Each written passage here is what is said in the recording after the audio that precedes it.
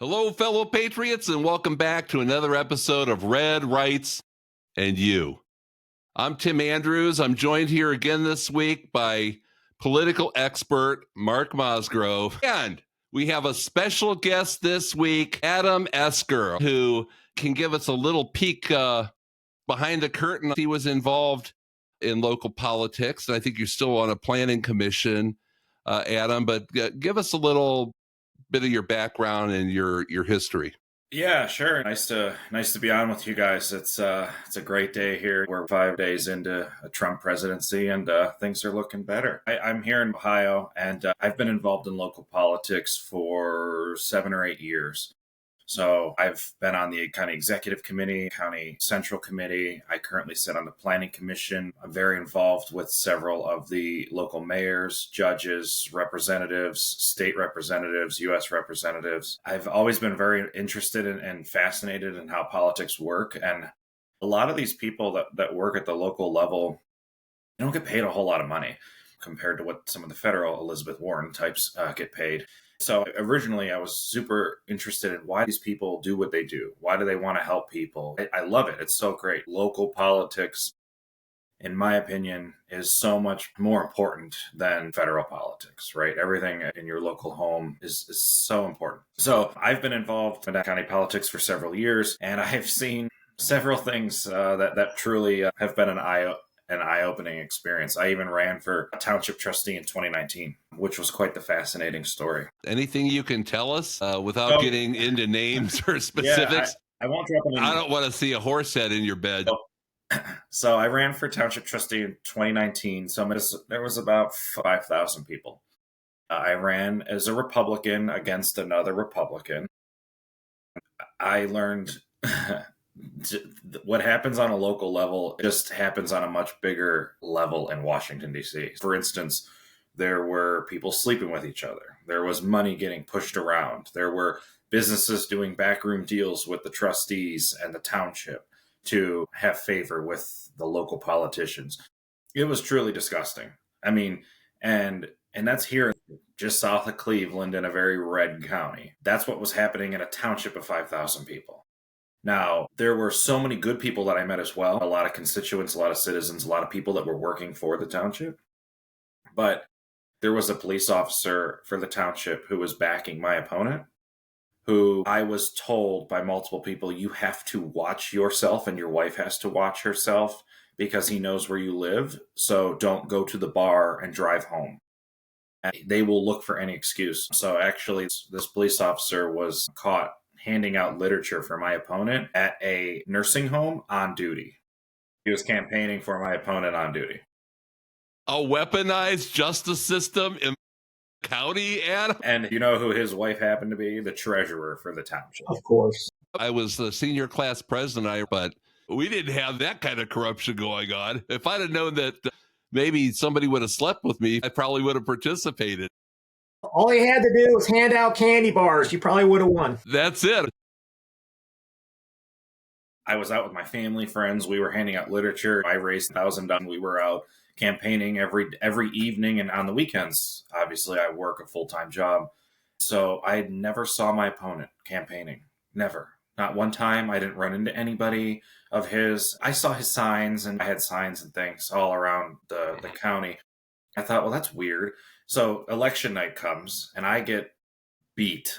I lost, I think it was like 61-39. I don't even know if I cracked 40. And I'm like, how did this happen? I put all this time and work in. I understand losing, but that's a smackdown. And come to find out that he owns a business. Him and his team were campaigning all day long while I was at work. In the neighborhoods that I was targeting, they were having parties and block parties and handing out candy at Halloween at the police department. It was just crazy. So that experience was very telling because I thought, if this happens at a township level, some corruption, people sleep with each other, money get moved around. What happens in Columbus, Ohio? What happens in Washington, D.C.? I can easily believe 100% that Elizabeth Warren, who makes $287,000 a year, who's now worth 50, 60 million, I can totally understand how that happens. I looked up what these Congress people and senators are making compared to what their net worth is, and it's an eye opener, to say the Well, least. There are probably some legitimate factors on some where they have businesses or their family has generational wealth. It happens with Republicans too, but with the Democrats, I found the discrepancy is far wider. Absolute power corrupts absolutely, right? We've all heard that before. The Democrats have been in power for so long. What has it been? 16 of the last 20 years. Do you think it's conceivable that when they're comfortable in those positions, somebody domestically or a foreigner can come in with deep pockets and manipulate and control that party in return for favors? And I'll just mention them: George Soros, BlackRock, China. There's a lot of theories there. I think it could run extremely deep, and they get entrenched into that system. I think that's why they're so bitter towards Trump. Is not really his attitude or how he talks, but he's not playing the game. You can't. Because I think they can play the game on the Democrat side or the Republican side, as long as you're playing the game and just keeping everything rolling along. There's nothing to see here. You do your thing, we'll do ours. We always knew that politicians were corrupt. But hey, you can't fight City Hall, right? What can we do about it? Just mind your own business, pay your taxes. Now Trump's in there saying, oh, we are going to do something about it. Who knows how much is going to happen there? Because who knows what kind of talks go on behind closed doors. Just like these Epstein files, who knows if we'll ever see them. I'm sure they're using them as leverage against whoever they want to, use them against somewhere down the road. But what is your opinion on what's going on with that party and how it's become so obviously corrupt? I've had several discussions with representatives that have gone to Congress, some of them local here. As what happens is, let's say Tim or Mark, you say, hey, I'm going to change things. I'm going to Washington. This is going to be my platform. And everybody gets excited and you win. You go to Washington the first week. They say, hey, Mark, hey, Tim, come meet leadership. You go down to Schumer or to Mitch McConnell or whoever it may be. And they say, hey, welcome to DC. You're going to vote this way, this way, this way, and this way. And you're going to make sure that you vote the way we tell you, right? And they shake their head. And you say, well, no, I told my voters that I was going to do something different. And they say, okay, Tim, no problem. Your office is the last one on the left. You won't have a staffer. And you don't expect any money from the party, Republican or Democrat, it doesn't matter. Don't expect any money come re-election and you'll be out of here in 2 years. And you say, well, I don't like that. I like making my $176,000 base salary and being in DC and going to the galas and rubbing elbows with all the powerful people and being lobbied. It makes these people feel very important when you have huge companies coming to them. Hey, Tim, hey, Mark, what can we do for you? So they fall in line. And it goes back to what you were saying, Tim. Businesses and outside parties want influence, so they'll pay for it. So it's very conceivable of how, and I just go back to Elizabeth Warren because, she's been very vocal lately. We know what your salary is because we pay it. Taxpayers know everybody's salary. AOC, how are you worth multi-millions when you're making $176,000 a year? So that is what happens on both sides. I've been told that, and I fully believe that. You go to DC, they're all in on it together. Like you said, some people are worse than others. Now, there are some really good people in federal government. There are some really good people that don't play the game, but usually they get eaten up. China, George Soros, BlackRock, Vanguard, whoever it may be, if they say, hey, Tim, I'm going to pay you X millions of dollars a year, your kids, your son, your grandkids, your great-grandkids will never have to work again. You're living a cushy life in DC in some beautiful apartment, you're supposed to be representing the people back home. You're not going to give that up. And so it just goes back to the corruption that runs so deep. And you mentioned Trump. Trump's a billionaire. He doesn't need money. Right. His thing is ego, right? And that's fine. That's who he is. He's a businessman. And they can't control him because they can't buy him, in my opinion. Right. So if you have someone that comes in there and says, hey, this is ridiculous. This is not how it was designed. The founding fathers, the document, none of this is how it was supposed to be. and we're going to change that. And then you bring in someone like Elon Musk to start cutting and saying, what the hell are we spending X amount of millions or billions on? These people, their way of life and their legacy and their families are threatened to death. And so they will fight you tooth and nail to the very bitter end. And truly, I am shocked that there have not been more attempts on Trump, Elon, or other people's lives. Right. Because these folks have depended on this system for so long. If you're going to take that away, there is nothing that both sides, left or right, these folks will not do to protect that. Yeah. That's just how it is. That's why they're so afraid of him. If you look at it from a psychological standpoint, why do people hate something or someone? Usually it's fear. So why are you so afraid of someone who says, hey, we're going to try to fix things and get rid of all of this corruption and waste? Because a lot of them are in on it. If you look at it from that point of view, I think it's pretty easy to understand. They're just afraid to death of what's going to happen. And it's simply following the money path, right? The three of us are smart enough where we could go in there and track the money and where it's going to bank accounts. Mm-hmm. But what freaks me out a little bit is Elon Musk has barely even touched the surface. And he's finding stuff already that has him fearing for his life if he mentions them. And he's barely scratched the surface. He said 1% of 1% is what they've uncovered. And he's already seeing things never meant for the public's eyeballs. It was supposed to just go on like that forever. I think another term in life as we know it would have been over. Musk now talking about they're getting ready to kill him. Adam, you and I, we both have Teslas. And it's so funny. When I got mine way back in 2020 when the Y model first came out. Now, I'm not rich, but it's all my toy. I don't have four-wheelers, snowmobiles, boats, any of that kind of stuff. It has all kinds of cool gadgets and things like that. I don't drive it a lot. My girlfriend calls it a garage ornament, but I love it. I used to have to be careful going down in some of these real red areas. And when I mean red, I mean necks, because people would spit at my car, these guys in four-wheel drive trucks.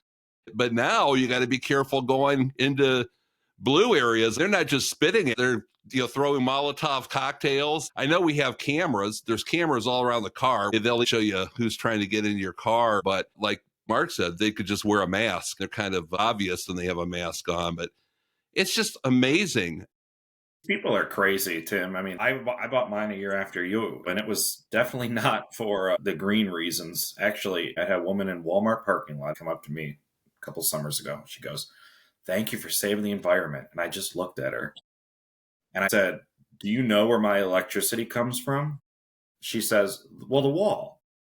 I said, "Ma'am, they burn the natural gas up in Avon Lake at the power plant, and then that electricity comes to my garage, and then it goes into my car.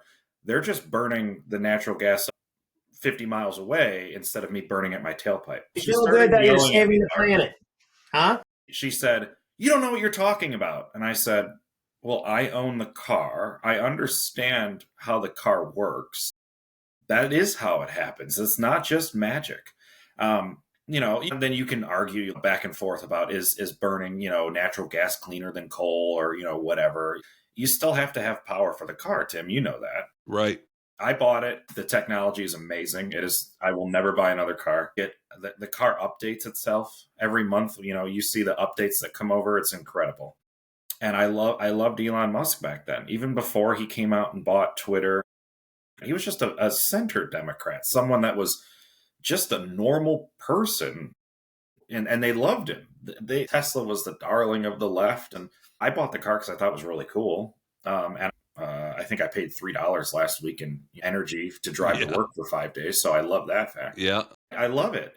But you're right. I used to be afraid people would make fun of me. I can't tell you how many times, "Oh, you're some liberal." And I'm like, well, actually, I ran them county young Republicans and sit on all the commissions. So no. But now people are judging me because I drive a Tesla and I'm supposedly a Nazi supporter because Elon Musk is a Nazi now. It's fascinating. The people on the left don't stand for anything. They'll eat themselves. And you can see it. Just look at Tesla. Elon Musk was like their god. Now he's a Hitler Nazi. It's just amazing. It's funny how people don't judge on results and actions. There's no denying that Elon Musk is one of the most brilliant people that set foot on this earth for Long time. ages, and that Donald Trump had some great accomplishments. Or let's go another direction, that LeBron James is a great basketball player. I don't agree with a lot of his politics. I know my girlfriend and other people won't even watch him play because they just hate his view on politics. You would never guess it now, but I used to be a pretty decent basketball player, and I appreciate what he's doing on the court. I've been watching him since he was a freshman in high school, and now I just enjoy watching him play the game. The guy's talented, and there's no denying Trump's accomplishments during the first term, and he really didn't know what he was doing. Now you've got a great staff, everybody that has been appointed. I'm excited about where he can lead this country, and everybody's complaining about the tariffs. I really love the reciprocal tariffs. I think they could be more transparent, showing like they did with Canada a little bit, like Caroline Leavitt, who I think is doing an outstanding job. They showed how unfair the tariffs are. I think they should do that for every country. And when he comes out with a tariff that isn't reciprocal, they show why. Because transparency, you can't argue with it. I mean, what's your opinion on that? I agree with you. Tariffs have gone back forever. They're a basic economic avenue for countries. And up until, 6 weeks ago, most people you ask out on the street wouldn't have a clue what a tariff is. And now they see it running across CNN 24/7. Tariffs have been in place from other countries to the United States for years. Canada has tariffs 200-300% on goods that we sell into their country. A tariff is a tactic a country can use to bring manufacturing and business back to their own country. Apple, Volkswagen, several other big companies that were planning on building and having sites in other countries are now saying, hey, never mind, we're going to build in America. So tariffs are a tool that the administration can use to bring manufacturing, bring business back into America instead of having it go outside. We are being tariffed to death by so many countries, but you're not hearing it on the media, and it's been like that for years. And to Trump's point, before the income tax, I think it was 1913, the country was running just fine. There were less people, but per capita, the country was running fine because we were using tariffs back then. And we were bringing in huge amounts of money. So the tariffs are a tool to bring business back to America and to level the playing field and make it even. I 100% agree with you on the reciprocal tariffs. And I think that if you just keep doing what we're doing, we're 34 trillion in debt or whatever, I don't even remember. If we keep doing what we're doing, we're just going to continue down a bad path. So something has to change. I applaud the administration for doing something different with Doge, with tariffs, with getting creative to find other ways of income, because we just have to pay the debt down and get in a better spot economically. If we play our cards right, we can actually start making money here. And people don't think that could happen. But look at Saudi Arabia, Qatar, some of these smaller countries, just on the residuals they get from oil. The average citizens there are millionaires. Elon Musk has come out and said they say he's the richest man in the world, but what he has pales in comparison to some people over there. He said there's trillionaires there already. Money is no object. They're just a tool, and they've been in place for a long, long time, and countries around the world have used them forever. Yeah. Quite honestly, I'm tired of getting taxed to death. My son's 14. We were at the store, and I was showing him the bill. I'm trying to teach him economics, and he's like, you have to pay sales tax. And I said, yeah. He said, don't they already take money from you when they pay you at work? I said, yep. Now you understand. And they tax you when you get gas. They tax you when you buy a car and your home and your property taxes. So really, it's almost 50% tax when you add it all up. And I'm tired of it. I think that you, Mark, myself, are way better at spending our money than the federal government. Yeah. Obviously people will complain, well, you have to have police and fire and things like that. I get that. That's fine. But when we're paying billions of dollars and we don't know where it's going through USAID, that's a problem. And Vivek's going to knock out tax. Did you hear that? That's what he's running on in Ohio. No more states tax. What do you think about that? It's exciting, right? He could eliminate the state part. So that's a big first step, because Trump's talking about eliminating it for anybody making less than $150,000 a year. Vivek, I got to meet Vivek actually here. a year or so ago. I love him. Again, business owner, just a great person. Very smart. Mark, do you have anything that is really on your mind that you want to ask Adam? Locally Who or cuts your hair? Who cuts your hair? Is that it? Neither one of us need to know that. My wife and my son cut my hair. I cut my own. I would like to know what you think about this whole Schumer flip-flop on the government shutdown. Yeah, I actually woke up this morning and saw that. It's interesting. I don't know. Again, he's been there a long, long time. So I don't know what's going on there. He totally was against the stopgap spending bill. And then all of a sudden now he helped push it forward. And I believe that, Trump is signing it or did sign it last night. I don't know what that is, but there's got to be something there. I think it's optics. They're always pushing for no government shutdown. It's horrible. No matter which way you slice it, it's the optics. And then he's got the squad and all these crazy people. That's one thing. Maxine Waters, all these insane people. You want to have faith in the government, but how in the hell do these people get elected? You got to wonder the districts that they're coming from. But if those are their leaders, those must be some real dillies, man. I have a friend that moved to Minneapolis, good friend of mine from Canton. And he just moved there last year, and I texted him. I said, "How's Elon Musk working out for you?" And he goes, "Man, I hate that woman." And I go, "How do you people keep voting for this? Like, you're smart people. These are smart, Midwest, decent people. Like, how does she get in?" And he's like, "I don't know." I always say it's, they identify the problem, like that wasteful spending everywhere. They identify it, they stop it, they try and prevent it from happening again. And then I think they start looking at the people that abused it and start investigating them. Where do you think that's going to go? It could go really deep. There could be a lot of people with their hands in the cookie jar. Yeah. Both parties do it. It was not designed to be like this. You weren't supposed to have career politicians. I am very much for term limits. I don't know what that limit would be. Is it 8 years? Is it 12 years? But these people cannot just go to Washington and make it a career. You are working for me. You're working for Mark. You're working for you. You are working for us. It's not the other way around. I think that they've forgotten that. And I truly don't know where it could go. You look at Kristi Noem, Pam Bondi, Kash Patel. I love the cabinet. I think that these people are awesome. I am so happy with the people that he's surrounded himself with. And they're not just yes men either. These are really smart people. If they are able to do their job, look out. But again, that's why Washington, D.C. is just scared to death. Yeah. Because they will not let it go. It's too easy of a life. I would love to know what's going on behind the scenes. There's some backdoor conversation because they're coming. They know they're going to be in some deep trouble. He said he was going to drain the swamp, and that's what this is. You don't want to jump right on it. I think that's why he's getting a lot of the stuff out of the way and getting all these executive orders signed. He's setting it all up.